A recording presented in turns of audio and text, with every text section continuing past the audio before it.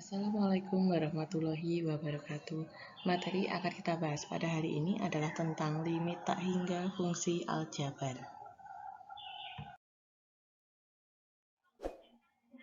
Jangan lupa untuk klik subscribe dan aktifkan lonceng notifikasi.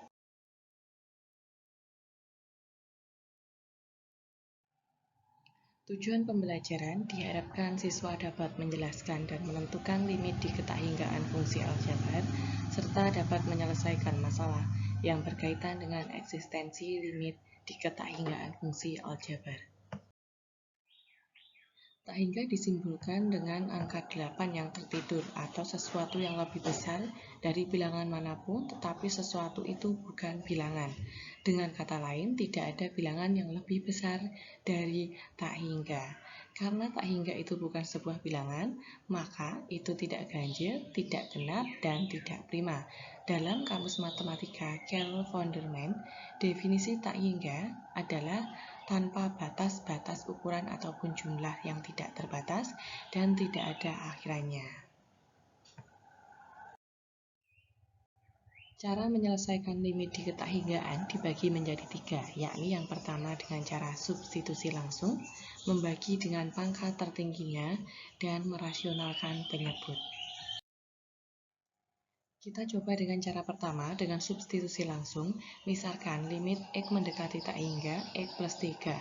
Kita coba substitusi langsung, X-nya diganti dengan tak hingga. Tak hingga ditambah dengan 3. Kalau tak terhingga ditambah dengan bilangan apapun, nilainya adalah tetap tak terhingga. Kemudian yang kedua, limit X mendekati tak hingga, X kuadrat plus 2X min 4. Kalau ada X-nya, langsung kita substitusikan, jadi tak hingga kuadrat plus 2 kali tak hingga, jawabannya tetap tak hingga, dikurangi 4. Tak hingga tambah tak hingga dikurangi 4, jawabannya tak terhingga. Nomor 3, limit X mendekati tak hingga, negatif 1 tambah 1/X plus 1/X kuadrat. Nah, kalau dibagi dengan tak hingga, bilangan berapapun dibagi tak hingga, nilainya adalah 0. Berarti negatif 1 tambah 0, jawabannya adalah negatif 1. Cara yang kedua, yakni dengan membagi dengan pangkat tertinggi. Kita lihat pangkat tertinggi ada di bagian atas atau ada di pembilang X pangkat 2, maka keseluruhan kita bagi dengan X pangkat 2. X kuadrat dibagi X pangkat 2, berarti jawabannya 1. 2X dibagi X kuadrat, berarti X yang atasnya hilang, yang bawah tinggal X saja. Kalau keseluruhan sudah kita coret-coret, sudah kita bagi dengan pangkat tertinggi, maka kita substitusikan X mendekati tak hingganya. Nah, jika sebuah bilangan dibagi dengan tak hingga atau bilangan yang sangat banyak, maka nilainya adalah mendekati 0. Contohnya, 2 dibagi tak hingga nilainya adalah 0. Jadi tinggal 1 dikurangi 0 tambah 0. Jadi ini nanti hasilnya 1 dibagi dengan 0. Jawabannya adalah tak hingga. Contoh 2, untuk pangkat tertinggi ada di bagian bawah atau ada di penyebut, maka sama dengan contoh 1, semua kita bagi dengan X pangkat 2, 3-nya tidak ikut. Jadi kita bagi dengan X pangkat 2, tinggal jadi 2 per X plus 3 per X kuadrat. Dari sini kita substitusikan. Nah, tinggal 2 dibagi tak hingga, ditambah 3 dibagi tak hingga kuadrat. Hasilnya yang atas ini adalah 0, maka 0 plus 0 per 3 plus 0 min 0. 0 dibagi 3. 0 dibagi atau dikali dengan bilangan berapapun, hasilnya adalah 0. Contoh 3, pangkatnya ini sama. Yang atas pangkat tertingginya X pangkat 4, yang bawah atau penyebutnya pangkat tertingginya X pangkat 4. Berarti kita bagi dengan X pangkat 4 semuanya. Hasilnya, kalau sudah seperti ini, kita substitusikan. 3 plus 2 per X pangkat 4. Nah, dari sini, yang dibagi dengan tak hingga nilainya kan 0, berarti 3 plus 0 per 0 min 5. Jadi jawabannya adalah negatif 3 per 5. Kita lihat kembali ketika contoh di atas atau yang sudah tadi kita bahas. Dari soal nomor 1 terlihat bahwa pangkat tertingginya ada di bagian pembilang. Kalau pangkat tertingginya ada di atas, maka hasil limitnya adalah tak terhingga.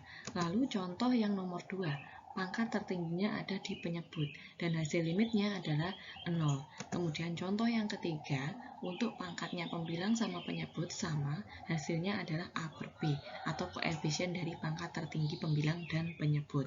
Dari ketiga contoh di atas, dapat disimpulkan, jika pangkat yang pembilang kurang dari pangkat penyebut atau pangkat yang atas kurang dari pangkat yang bawah atau lebih kecil, maka nanti hasilnya adalah 0. Kemudian, jika pangkat yang atas sama dengan pangkat yang bawah, maka hasilnya adalah A per B atau koefisien dari pangkat tertingginya. Kemudian, jika pangkatnya yang atas lebih besar daripada pangkat yang bawah, maka hasilnya adalah tak terhingga. Cara yang ketiga, yakni merasionalkan. Mengapa harus dengan merasionalkan? Maka kita bertujuan agar fungsi irasional yang diberikan dalam limit tak hingga tersebut dapat berubah menjadi rasional, sehingga memudahkan dalam pengerjaan soalnya. Contoh 1, limit X mendekati tak hingga untuk akar X kuadrat plus 2X min 3 min akar X plus 2. Ini langkahnya tetap sama, kita rasionalkan dulu dengan mengalihkan sekawan. Sekawan itu adalah angka yang sama, cuma beda ini negatif, kalau sekawannya berarti positif. Baik dikalikan dengan ini, per bawahnya juga ini. Yang atas ini karena ini angkanya sama, cuma beda negatif dan positif, maka ini akarnya hilang. Jadi X kuadrat plus 2X min 3 min X plus 2. Yang ini negatifnya dikalikan sama X negatif X, negatif dikalikan 2, jadinya negatif 2. Setelah kita rasionalkan, baru kita bagi atau kita cari dengan pangkat tertingginya.